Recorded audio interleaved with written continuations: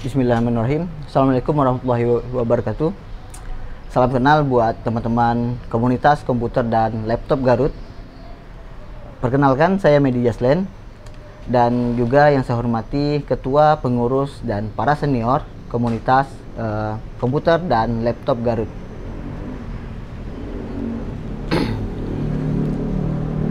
Begitu juga saya sebagai ketua dari teknisi laptop Pontianak. Atas nama komunitas, saya mewakilkan dan menyampaikan salam solid buat rekan-rekan komunitas teknisi komputer dan laptop Garut. Terima kasih juga saya ucapkan kepada pengurus atas undangannya, dan saya mohon maaf tidak bisa hadir di sana. Seperti yang kita ketahui, kondisi dan keadaan sekarang yang tidak memungkinkan untuk pergi yang lumayan agak jauh lah. Setidaknya saya yang dari Kalimantan harus keluar pulau untuk ke sana. Semoga acaranya lancar dan tentunya menjadi berkah untuk teman-teman komunitas komputer dan laptop Garut. Ya teman-teman, sekedar sharing pengalaman saja, terutama di bidang perbaikan motherboard. Jadi untuk bidang ini saya lebih khusus perbaikannya di motherboard laptop, MacBook I/O, dan PC build up. Jadi sedikit cerita, kalau untuk di teknisi sendiri itu saya sudah mulai memang dari semasa sekolah sampailah sekarang berkecimpung di dunia perbaikan. Tetapi dulunya lebih dominan ke perbaikannya ke PC, UPS, proyektor, monitor, yang bisa dikatakan itu pekerjaannya yang garap habis lah, kayak gitu sepertinya. Jadi teman-teman, perkembangan di dunia laptop juga itu lumayan sangat cepat di zaman sekarang. Jadi dengan berpatokan kita, jika pemahaman kita lebih akan dominan, itu saya akan lebih mengunggulkan pemahaman elektronika atau pemahaman prinsip kerja komponen dasar. Sehingga dengan dengan pengetahuan cara kerja komponen dasar, setidaknya itu bisa menjadi bekal untuk memperbaiki perangkat elektronik lainnya. Jadi penerapan dan aplikasi dari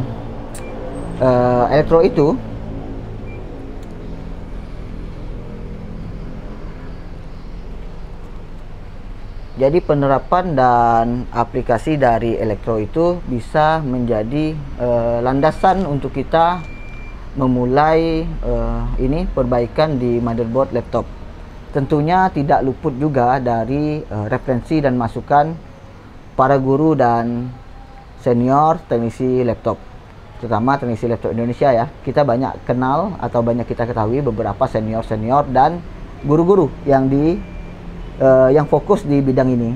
Oke, jadi saya ucapkan terima kasih kepada para senior dan guru-guru yang telah memberikan referensi dan masukannya untuk lebih teliti atau lebih memahami bagaimana konsep atau cara kerjanya motherboard. Setidaknya aturan kerja dari komponen dasar ini bisa menjadi landasan kita untuk memahami tujuan kerja dari sirkuit tersebut. Ya, seperti yang kita ketahui, di motherboard ini pun tidak terlepas dari komponen dasar, yang mana komponen ini tetaplah dengan sebutan yang sama: kapasitor, dioda, transistor, MOSFET, IC dengan blok diagramnya sendiri yang mengatur tegangan seberapa maunya IC tersebut lah. Jadi walaupun berbeda fisik, tetapi pada saat namanya sama ya, konsep kerjanya kurang lebih pasti sama. Kita pun dapat menggambarkan bagaimana seperti MOSFET. MOSFET itu kan yang sekarang itu digunakan MOSFET N-channel. N-channel ini sendiri digunakan di beberapa di board-board baru sekarang, yang mana MOSFET pertama, MOSFET kedua, atau MOSFET yang ketiga kita sebut, yaitu MOSFET untuk charging. Jadi dapat kita ketahui bahwa MOSFET ini bekerja dengan aktifnya high, yang mana akan meloloskan tegangan drain ke source. Oke, setelah itu MOSFET N channel ini juga itu dipakai di beberapa blok atau area untuk tegangan 3,5 volt, 1,5 volt, 1,05 volt, 1,8 volt. Bahkan tegangan GPU atau CPU core itu juga menggunakan menggunakan MOSFET N channel ini.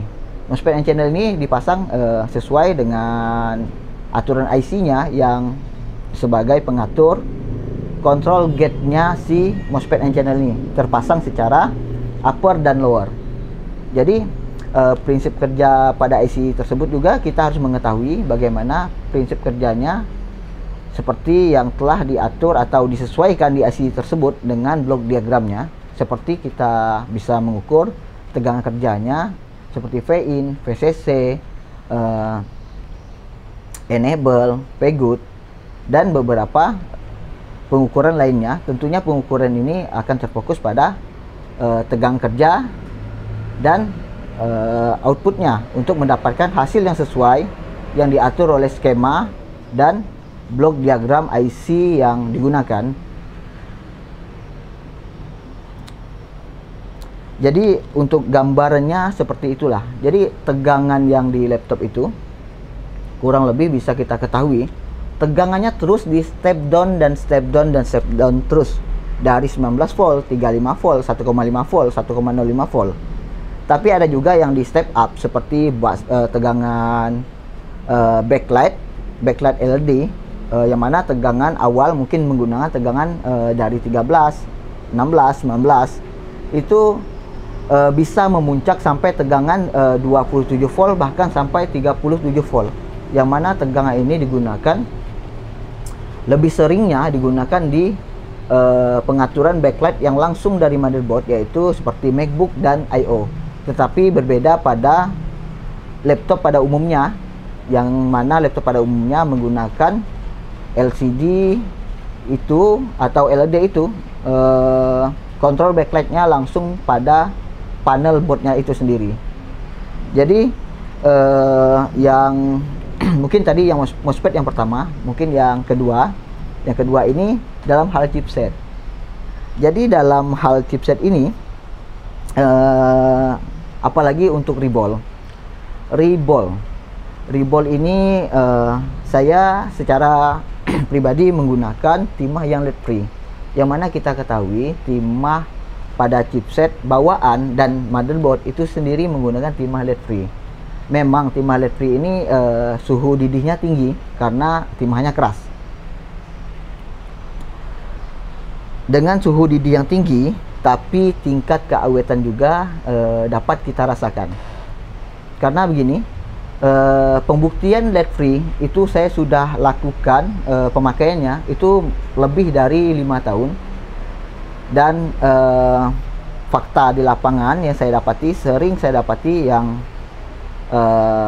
ribolan menggunakan leaded itu jarang bertahan lama, apalagi laptop gaming. Laptop gaming itu kan panasnya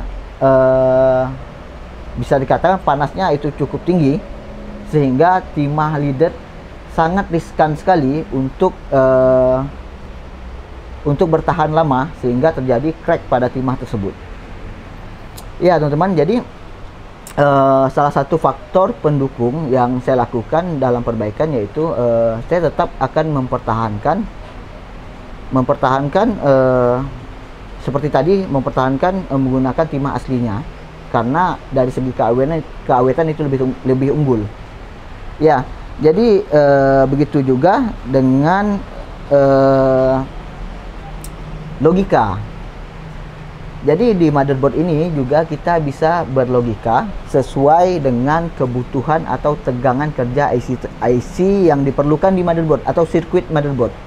Jadi pada saat saya melakukan eksekusi tapi tidak menemukan solusi dari perbaikannya, maka saya akan menggunakan beberapa logika yang bisa bekerja pada motherboard tersebut. Oke, ini akan saya buka dulu contoh beberapa gambar yang saya lakukan dalam melogikakan bagaimana prinsip atau cara kerja di motherboard.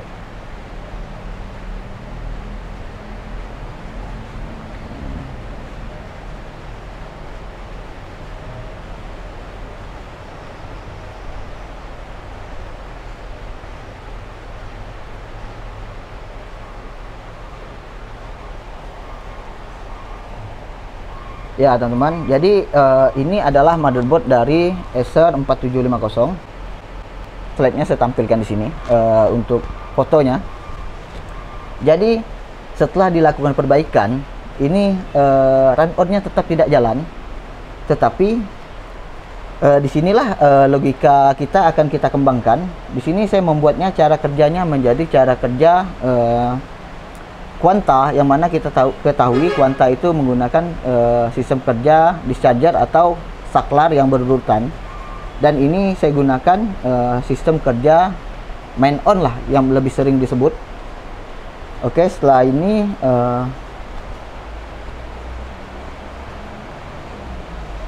oke, begitu juga dengan IC ini.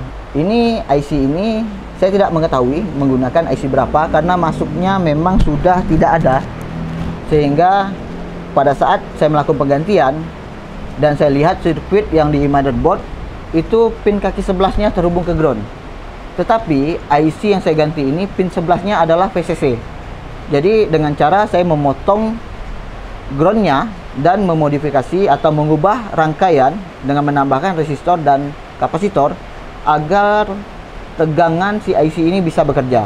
Jadi saya akan berlogika seperti itu untuk memperbaiki barang yang atau saya alternatif lain untuk memperbaiki barangnya. Begitu juga dengan dioda ini yang saya tidak punya komponennya, saya akan menerapkan mungkin yang awalnya menggunakan komponen double, saya gunakan komponen yang single untuk tapi menjadi dua. Oke, seperti itu. Begitu juga dengan ini jumperan. Jadi kita bisa berlogika sesuai dengan aturan atau maunya si sirkuit tersebut, sehingga kita akan mendapatkan hasil yang sesuai tujuannya. Oke, begitu juga dengan modifan MOSFET ini. Karena ini MOSFET-nya yang tempel tanam, saya tidak mempunyai, maka saya akan memfungsikan MOSFET yang ada sehingga tegangannya tetap bisa bekerja sesuai bagaimana mestinya ini bekerja. Oke, dan gacun juga. Gacun pada saat gacun ini untuk tegangan backlight LCD. Mungkin pada saat kita memperbaikinya itu kadang tidak dapat IC. Jadi gacun ini fungsi utamanya adalah sebagai pengganti untuk tegangan backlightnya. Jadi dengan seperti ini kita bisa beralternatif pada saat tidak memiliki komponen, pada saat tidak menemukan solusi. Jadi kita bisa membuat rangkaian itu sendiri agar bisa bekerja sebagaimana mestinya. Jadi teman-teman,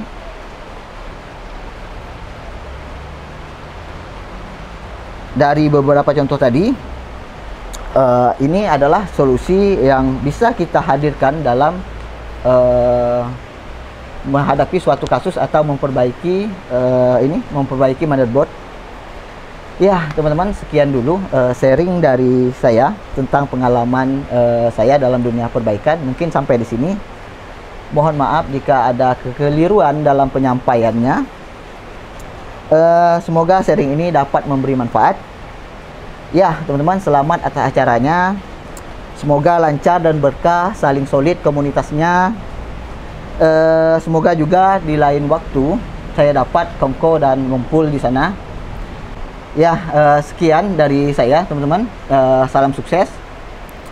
Dan tentunya kekompakan kita akan menjadi suatu hal yang luar biasa agar kita bisa paham bersama, maju bersama, dan berinovasi bersama.